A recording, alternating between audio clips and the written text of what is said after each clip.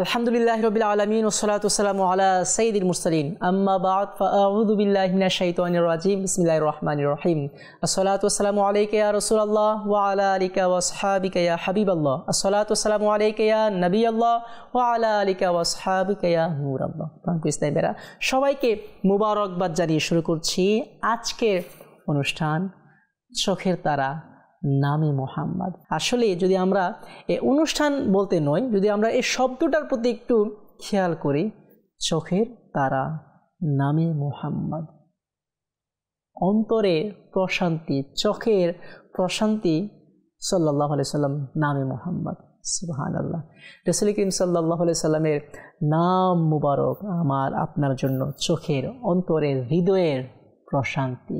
যদি সেটাকে আমি তেমনভাবে গড়ে তুলতে পারি, আল্লাহ পাক আমাকে আপনাকে তৌফিক দান করুন। শুরু করছি আজকের অনুষ্ঠান চোখের তারা নামে মোহাম্মদ। দূরে কাছে দেশ ও প্রবাসে যে যেখান থেকে আমাদের দেখছেন সবাইকে অভিনন্দন জানাচ্ছি। আসুন প্রথমে দুরূদ পাকের ফজিলত শুনুনি। হাদিসে পাকের মধ্যে এসেছে, আল্লাহর নবী সাল্লাল্লাহু আলাইহি সাল্লাম ইরশাদ করেন, মান সাল্লা আলাইয়া সালাতাও ওয়াহিদা সাল্লাল্লাহু আলাইহি আশারা, যে ব্যক্তি আমার প্রতি একবার দুরূদ পাক পাঠ করবে, আল্লাহ পাক তার প্রতি 10টি রহমত নাজিল করবেন। আসুন শুরু করছি অনুষ্ঠান চোখের তারা নামে মোহাম্মদ। প্রাণপ্রিয় ইসলামী ভাইরা, আমরা প্রতিবার রাসূল করিম সাল্লাল্লাহু আলাইহি সাল্লামের এক একটি বিষয় নিয়ে আলোচনা শুনে আসছি।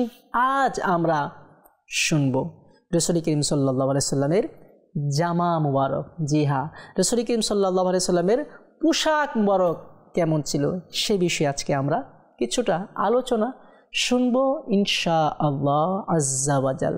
সাল্লু আলাল হাবিব সাল্লাল্লাহু তাআলা আলা মুহাম্মদ সাল্লাল্লাহু তাআলা আলাইহি ওয়া সাল্লাম। হুজুর করিম সাল্লাল্লাহু আলাইহি সাল্লামের পোশাক মুবারক সাধারণত পাগড়ি, চাদর, জামা ও লুঙ্গি ছিল। সুবহানাল্লাহ। তিনি কখনো পায়জামা ব্যবহার করেননি, কিন্তু কিতাবের মধ্যে এটি এসেছে আল্লাহ রাসূল সাল্লাল্লাহু আলাইহি সাল্লাম একদা মিনা বাজার থেকে একটি পায়জামা ক্রয় করেছিলেন। সুবহানাল্লাহ। ইবনে কাইয়িম লিখেছেন, এ থেকে অনুমিত হয় যে হয়তো রাসূল করিম সাল্লাল্লাহু আলাইহি সাল্লাম পায়জামা পরিধানও করেছিলেন।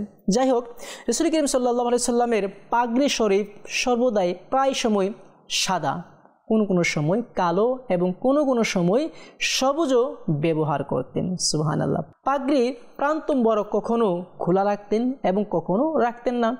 পাগড়ির প্রান্ত প্রায় উভয় স্কন্ধের মাঝখানে এবং কখনো পৃষ্ঠ মুবারকের উপর পড়ে থাকত। কোনো সময় তাহান্নুকও করতেন, অর্থাৎ পাগড়ি মুবারকের এক পেচ চিবুক মুবারকের নিচে এনে বাঁধতেন। পাগড়ির নিচে মাথা মুবারকের সাথে জড়ানো টুপি থাকত, তো তিনি টুপি ব্যবহার করতেন। তিনি উঁচু টুপি ব্যবহার করেননি এবং ইরশাদ করতেন, ফারকুন মা বাইনানা ওয়া বাইনাল মুশরিকিনা আল আমাইমু আলাল কলানিস। নবী করিম সাল্লাল্লাহু আলাইহি ওয়াসাল্লাম ইরশাদ করেন, আমাদের মধ্যে এবং মুশরিকদের মধ্যে পার্থক্য হলো এই যে আমাদের পাগড়ি টুপির উপর থাকে আর তারা টুপি ছাড়া পাগড়ি পরে। তিনি প্রায়ই জামা পরতেন এবং সবসময় লুঙ্গি ব্যবহার করতেন। সুবহানাল্লাহ। স্বামী জুব্বাও তিনি পরিধান করেছেন, যার হাতা এই পরিমাণ সংকীর্ণ ছিল যে উজুর সময় উপরে তোলা যেত না, বরং হাত বরক তা থেকে বের করতে হতো। সুবহানাল্লাহ। তিনি ইরানি জুব্বাও পরিধান করতেন, যার পকেট ও হাতা দয়ে রেশমের আঁচল ছিল। ইয়ামেনের ডুরাকাটা চাদর তিনি খুব বেশি পছন্দ করতেন। এইরূপ পশমি চাদরও তিনি ব্যবহার করেছেন, যার উপর হাওদার ছবি আঁকা ছিল। সুবহানাল্লাহ। আর তিনি বিভিন্ন রঙের, যেমন সাদা, সবুজ, জাফরানি ইত্যাদি রঙের জামা পরিধান করতেন। সুবহানাল্লাহ। কিন্তু সাদা কালার রাসূল করিম সাল্লাল্লাহু আলাইহি সাল্লাম খুবই পছন্দ করতেন।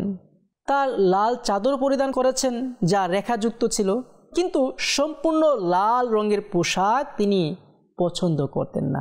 একেবারে লাল পোশাক রাসূল করিম সাল্লাল্লাহু আলাইহি সাল্লাম পছন্দ করতেন না। তার মোবারক পাদুকাতে ছিল খরমের আকৃতির, প্রত্যেকটার দুটো করে দুভাঁজ বিশিষ্ট ফিতা ছিল। একটা ফিতা বৃদ্ধাঙ্গুল তৎসংলগ্ন আঙ্গুলের মাঝখানে এবং দ্বিতীয়টা মধ্যমা ও অনামিকার মাঝখানে। রাসূল করিম সাল্লাল্লাহু আলাইহি সাল্লাম অত্যন্ত উত্তম পোশাক পরিধান করতেন। তবে হ্যাঁ, পোশাকের মধ্যে সাধারণ পোশাক রাসূল করিম সাল্লাল্লাহু আলাইহি সাল্লাম ব্যবহার করতেন। রাসূল করিম সাল্লাল্লাহু আলাইহি সাল্লাম বেশি দামি পোশাক ব্যবহার করতেন না, যেটা সাধারণ বা রাসূল করিম সাল্লাল্লাহু আলাইহি সাল্লাম সাথে সামঞ্জস্য হয় এমন পোশাক রাসূল করিম সাল্লাল্লাহু আলাইহি সাল্লাম পরিধান করতেন। একবার হযরতে আব্দুল্লাহ ইবনে আব্বাস রাদিয়াল্লাহু তাআলা আনহু যখন হারুরিয়া সম্প্রদায়ের কাছে রাষ্ট্রদূত হিসেবে যান, তখন ইয়ামিনের অত্যন্ত মূল্যবান কাপড় পরে সেখানে যান। যখন তিনি সেখানে গেলেন, পৌঁছালেন, তখন তারা বলল, হে ইবনে আব্বাস, এটা কোন পোশাক তুমি পরিধান করছো? তোমরা কি আমার উপর এ বিষয়ে আপত্তি তুলছো? লাকাদ রাআইতু আলা রাসূলিল্লাহি সাল্লাল্লাহু আলাইহি ওয়াসাল্লাম আহসানা মা ইয়াকুনু মিনাল হুলাল। নবী করিম সাল্লাল্লাহু আলাইহি ওয়াসাল্লামকে সর্বোত্তম পোশাক পরিধান করতে দেখেছি। সুবহানাল্লাহ। আল্লাহ রাসূল সাল্লাল্লাহু আলাইহি ওয়াসাল্লাম উত্তম পোশাক পরিধান করতেন। সুবহানাল্লাহ। আল্লাহ রাসূল সাল্লাল্লাহু আলাইহি ওয়াসাল্লাম সুবহানাল্লাহ সামর্থ্য থাকা সত্ত্বেও বেশি দামি পোশাক পরিধান করতেন না। হাদিসে পাকের মধ্যে এসেছে, যে আবু দাউদ কিতাবের মধ্যে বর্ণিত হয়েছে, রাসূল করিম সাল্লাল্লাহু আলাইহি ওয়াসাল্লাম ইরশাদ করেন, যে ব্যক্তি সামর্থ্য থাকা সত্ত্বেও বিনয়ের ভিত্তিতে মূল্যবান কাপড় পরা ত্যাগ করবে, আল্লাহ পাক তাকে সম্মানের চাদর পরিধান করাবেন। সুবহানাল্লাহ।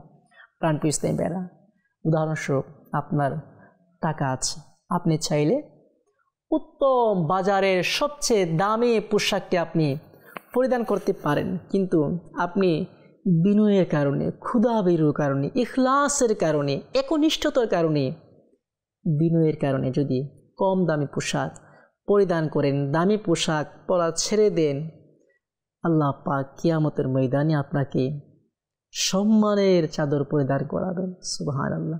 কিন্তু আমাদের অবস্থা ব্যতিক্রম। আমাদের আছে 1 টাকা, বাজনা বাজায় 4 টাকা। আমাদের পরিস্থিতি হচ্ছে এমন। এখানে আপনি পোশাক পরিধান করতে পারেন, কোনো সমস্যা নেই, ইসলামে জায়েজ আছে, কিন্তু এখানে তাকওয়ার কথা বলা হয়েছে, বিনয়ের কথা বলা হয়েছে। আপনি যদি আল্লাহর সন্তুষ্টির জন্য, বিনয়ের জন্য, একাগ্রতার জন্য, একনিষ্ঠতার জন্য আপনি দামি পোশাক ছেড়ে দেন, তাহলে আল্লাহ পাক কিয়ামতের ময়দানে আপনাকে সম্মানের চাদর পরিধান করাবেন। সুবহানাল্লাহ, সুবহানাল্লাহ। রাসূল করিম সাল্লাল্লাহু তাআলা আলাইহি ওয়া সাল্লামের পোশাক মুবারকের মধ্যে আল্লাহ পাক একাধিক কামালিয়াত, ফজিলাত দান করেছেন। হাদিসে পাকের মধ্যে এসেছে, যা মুসলিম শরীফের মধ্যে বর্ণিত হয়ে রয়েছে, আসমা বিনত আবু বকর তিনি ইরশাদ করেন যে এই জুব্বা মুবারকটি রাসূল করিম সাল্লাল্লাহু আলাইহি সাল্লাম পরিধান করতেন, আর আমরা তা ধুয়ে রোগ নিরাময়ের উদ্দেশ্যে রোগীদেরকে পান করাতাম, এতে রোগীরা আরোগ্য লাভ করত। সুবহানাল্লাহ। অর্থাৎ রাসূল করিম সাল্লাল্লাহু আলাইহি সাল্লামের জুব্বা মুবারক, সুবহানাল্লাহ, তিনি ধৌত করতেন, ধৌত করে, অর্থাৎ সেটাকে পানি দিয়ে ভিজাতেন, ধৌত করতেন। সে ধৌত করা যে পানি, এই পানিটি রোগীদেরকে পান করাতেন, আর রোগীরা সে পানি পান করে আরোগ্য লাভ করত। সুবহানাল্লাহ।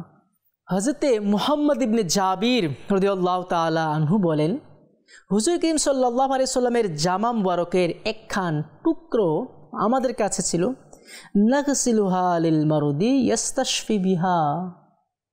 তিনি বলেন যে আমরা তা ধুয়ে রোগ নিরাময়ের উদ্দেশ্যে রোগীদেরকে পান করাতাম, আর এতে রোগীরা আরোগ্য লাভ করত। সুবহানাল্লাহ, সুবহানাল্লাহ।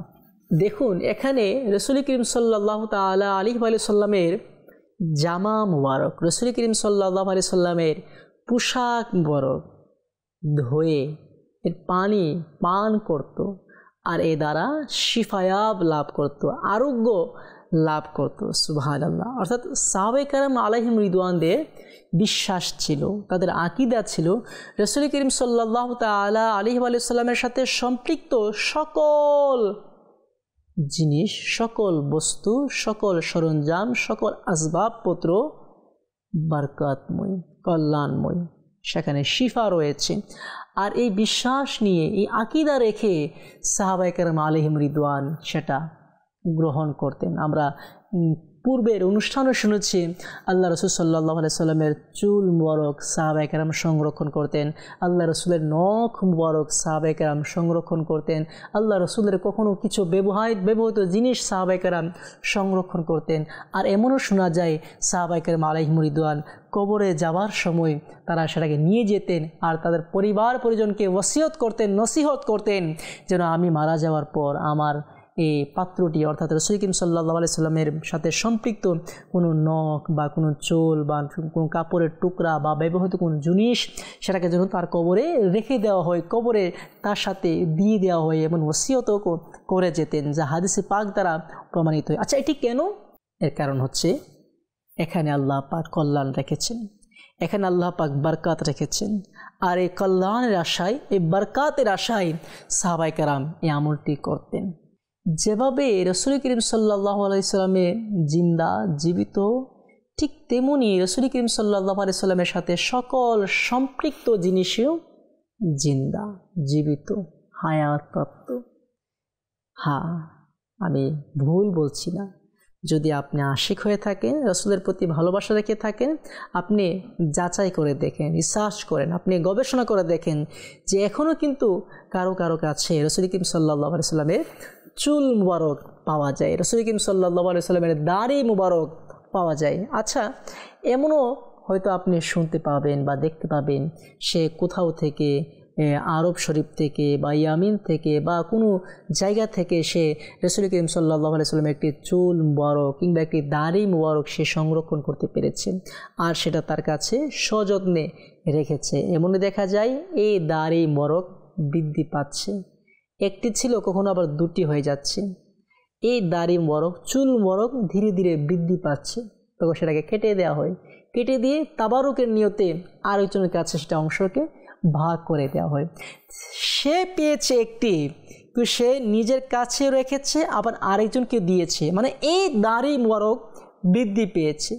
আল্লাহ রসুলের পোশাক থেকে বরকত লাভ করা এটি শুধু আমাদের জন্য নয়, বরঞ্চ আমাদের যুগের পূর্বে রাসূল করিম সাল্লাল্লাহু আলাইহি সাল্লাম দুনিয়াতে আসার পূর্বেও এমন ঘটনা ঘটেছে। আমরা শুনেছি হযরতে ইয়াকুব আলাইহিসসালাতু ওয়াসসালাম, যিনি হযরতে ইউসুফ আলাইহিসসালাতু ওয়াসসালামের পিতা ছিলেন, তিনি আলা নবিয়িনা আলাইহিসসালাতু ওয়াসসালাম ইউসুফ আলাইহিসসালাতু ওয়াসসালামের বিরহে অনেক কান্না করেছেন।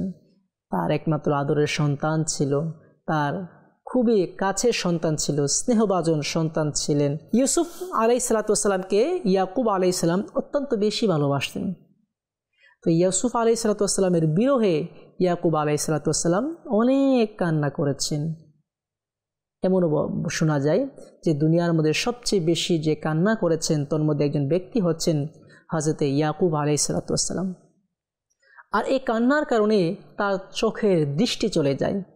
যখন ইউসুফ আলাইহিসসালাতু ওয়াসসালাম সাথে বিভিন্ন ঘটনা ঘটেছে, তিনি মিশরে গেলেন, সেখানে প্রথমে রাজার সাথে অবস্থান করলেন, তারপরে জেলে বন্দী হলেন, তারপর নবুয়াত ঘোষণা করলেন, তারপর রাজার মন্ত্রী হলেন, রাজ্যের ধনভাণ্ডারের দায়িত্ব গ্রহণ করলেন, রাজা মারা গেল, পরিশেষে তিনি নিজে রাজা হলেন। এই যে সকল ঘটনা ঘটেছে, তারপর ইউসুফ আলাইহিসসালাতু ওয়াসসালামের কাছে তার ভাইরা গেলেন ধান গম আনার জন্য, খাবার আনার জন্য। তখন ইউসুফ আলাইহিসসালাতু ওয়াসসালাম তাদেরকে চিনতে পেলেন আর তাদেরকে নিজের জামা মুবারক দিলেন আর বললেন, এটি আমার পিতা হযরত ইয়াকুব আলাইহিসসালাতু ওয়াসসালামের উপরে ছেড়ে দাও, আমার ইয়াকুব আলাইহিসসালাতু ওয়াসসালামের উপরে সেটাকে মুখমণ্ডলের উপরে রেখে দাও, দেখবে তার দৃষ্টিশক্তি ফিরে যাবে। আর এমনটি হয়েছে, যেমন কিতাবের মধ্যে কোরআনে পাকের মধ্যে এসেছে, ইউসুফ আলাইহিসসালাতু ওয়াসসালাম ইরশাদ করেন, যাও আমার এই জামাটি নিয়ে যাও আর আমার বাবার চোখ সেটাকে মালিশ করে দাও, দেখবে আমার বাবা সুস্থ হয়ে যাবে। হ্যাঁ, এমনই হয়েছে। ইউসুফ আলাইহিসসালাতু ওয়াসসালামের ভাইরা সে জামাটিকে নিয়ে আসলেন, তাদের বাবার ইয়াকুব আলাইহিসসালাতু ওয়াসসালামের উপরে মালিশ করলেন, চোখে বুলালেন, আর সাথে সাথে ইয়াকুব আলাইহিসসালাতু ওয়াসসালাম দৃষ্টিশক্তি সম্পন্ন হয়ে গেলেন। সুবহানাল্লাহ, সুবহানাল্লাহ। অর্থাৎ ইউসুফ আলাইহিসসালাতু ওয়াসসালামের জামার মধ্যে এই বরকত, এই কামালিয়াত আল্লাহ পাক রেখেছেন যে ইয়াকুব আলাইহিসসালাতু ওয়াসসালামের চোখ মুবারক ভালো হয়ে যায়, সুস্থ হয়ে যায়। আর যেখানে ইউসুফেরও আঁকা, সুবহানাল্লাহ, আঁকারও আঁকা আমার মালিক ও মুখতার সাল্লাল্লাহু আলাইহি সাল্লাম, তার জামাতে কেনই বা এত বরকত হবে না। আর এই বিশ্বাস নিয়ে কিন্তু সাহাবায়ে কেরাম আলাইহিম রিদওয়ান এই আকীদা পোষণ করতে তারা জামা মুবারক, চুল মুবারক, নখ মুবারক, দাড়ি মুবারক, পেয়ালা মুবারক সংরক্ষণ করতেন, বরকত লাভ করতেন। আর এই জামা মুবারকের, পোশাক মুবারকের তাবারুক হিসাবে গ্রহণ করতেন, সেটাকে ভিজিয়ে এর পানি পান করতেন, শিফায়াত লাভ করতেন। সুবহানাল্লাহ। কিন্তু রাসূল করিম সাল্লাল্লাহু আলাইহি সাল্লাম হাদিসে পাকের মধ্যে ইরশাদ করেছেন যে আমার উম্মতের পুরুষের জন্য স্বর্ণ এবং রেশমের পোশাক হারাম, আর আমার উম্মতের মহিলাদের জন্য তা হালাল। কিন্তু দেখা যাচ্ছে আজ বর্তমান যুগে আমার কিছু ভাইয়েরা, মুসলমান ভাই, সে হাতের মধ্যে স্বর্ণের আংটি পরছে বা হাতের মধ্যে স্বর্ণের ব্রেসলেট পরছে বা কোনো ধাতুর ব্রেসলেট পরছে, গলাতে স্বর্ণের চেন লাগাচ্ছে। আর বর্তমান যুগতে এমনও হয়ে গিয়েছে যে ছোট ছেলে সন্তান দুনিয়াতে আসলো, এই ছেলে সন্তানকে মায়ের বাবার বাড়ি থেকে, অর্থাৎ এই সন্তানের নানা বাড়ি থেকে বা ফুফির বাড়ি থেকে এই স্বর্ণের চেন উপহার দেওয়া হচ্ছে। আর এই স্বর্ণের চেন বাচ্চার গায়ে, বাচ্চার গলায়, ছেলে বাচ্চার গলায় পরিধান করানো হচ্ছে, যা নিতান্তই বোকামি। সে তো ছেলে, এই গুনাহ তার হবে না, সে তো বাচ্চা, অবুঝ শিশু, সে কি বুঝবে? কিন্তু আপনি পিতা হয়ে, আপনি মাতা হয়ে আপনার ছেলে সন্তানের গলায় স্বর্ণের চেন পরিধান করাচ্ছেন বা কোনো ধাতুর চেন পরিধান করাচ্ছেন, এর গুনাহ কিন্তু আপনার উপরেই বর্তাবে। আপনি এর দায়ী হবেন, আপনার সন্তান দায়ী হবে না। আচ্ছা, আপনি তাকে স্বর্ণের চেন বা রূপার বা বিভিন্ন ধাতুর চেন ছেলে সন্তানের গায়ে পরালেন, এতে কি লাভ হলো? যদি আপনি মনে করেন এটি আপনার জন্য লাভ হচ্ছে, নিতান্তই আপনি বোকামির মধ্যে আছেন। আল্লাহ পাক এ সকল বিষয় থেকে আমাদেরকে হিফাজত করুক। সাল্লু আলাল হাবিব সাল্লাল্লাহু তাআলা আলা মুহাম্মদ সাল্লাল্লাহু তাআলা আলাইহি ওয়া সাল্লাম। ইসলামের আজ আমরা রাসূল করিম সাল্লাল্লাহু আলাইহি সাল্লামের পোশাক মোবারক নিয়ে আলোচনা শুনেছি। ইনশাআল্লাহ আগামী পর্বে আরও একটি বিষয় নিয়ে আপনাদের মাঝে উপস্থিত হব। সে পর্যন্ত সকলে ভালো থাকুন, সুস্থ থাকুন, মাদানী চ্যানেল দেখতে থাকুন। সাল্লু আলাল হাবিব সাল্লাল্লাহু তাআলা আলা মুহাম্মদ সাল্লাল্লাহু তাআলা আলাইহি ওয়া সাল্লাম।